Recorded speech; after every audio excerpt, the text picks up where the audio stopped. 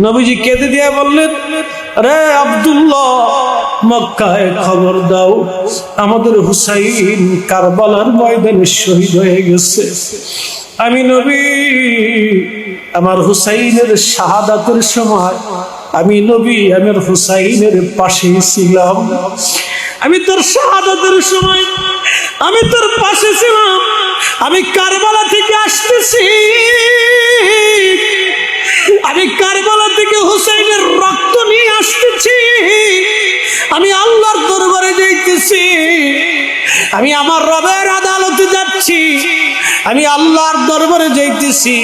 আব্দুল্লাহ, মক্কায় খবর দাও, আমাদের হুসাইন কারবালায় শহীদ।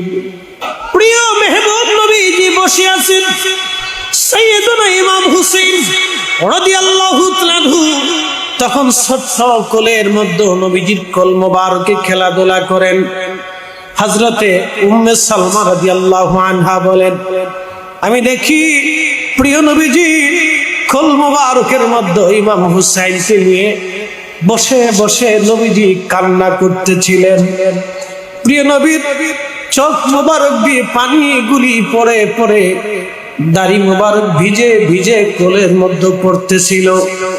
উম্মে সালমা প্রিয় নবীকে ডেকে বলেন, ইয়া রাসূলুল্লাহ, আপনি হুসাইনকে কোলের মধ্যে নিয়ে কি জন্য আপনি কান্না করেন? ইয়া নবী আল্লাহ, আল্লাহর নবী কেঁদে দিয়ে বলেন, সালমা রে, জিবরাইল আমিন আমার কাছে এসে সংবাদ দিয়ে গেছে, আমার এই কলিজার টুকরা হুসাইনকে, আমার এই কলিজার ধন আমার হুসাইনকে আমার অবাধ্য উম্মতেরা ফোরাতের তীরে কারবালার ময়দানে নির্মম ভাবে তাকে শহীদ করে দিবে।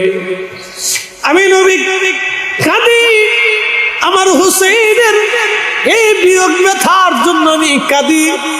জিবরাইল আমিন ফোরাতের মাটি এনে কারবালার মাটি এনে আমাকে দেখাইছে, সালমা রে, আমার এই হুসাইন কারবালার ময়দানে শহীদ হয়ে যাবে। ভিডিওটি ভালো লাগলে অবশ্যই শেয়ার করে দিবেন, অ্যান্ড থ্যাঙ্কস ফর ওয়াচিং।